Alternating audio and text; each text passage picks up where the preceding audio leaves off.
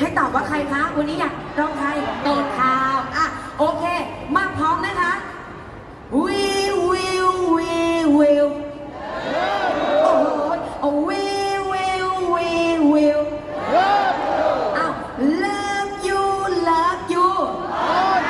โอเคงั้นไม่รอช้าขอเสียงปรบมือต้อนรับให้กับน้องต้นข้าวสุปริยา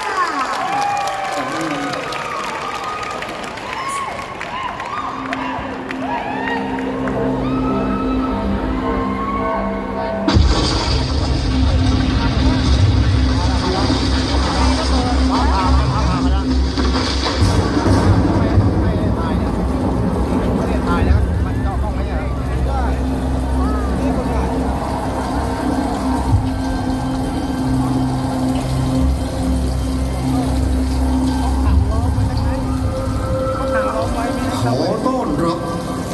มิตรรักแฟนเพลงทุกท่านเข้าสู่ดินแดนแห่งเสียงเพลงไทยลูกทุ่งที่ขุนทวินหาบทเพลงลูกทุ่งภาคกลางอันทรงคุณค่าที่จืดจางห่างหายไปนานปีแล้วปีเล่า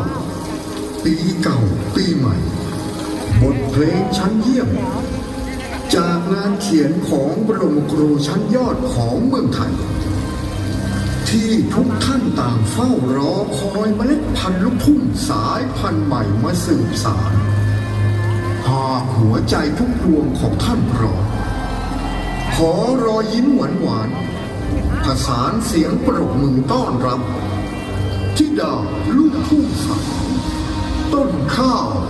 สุปริยา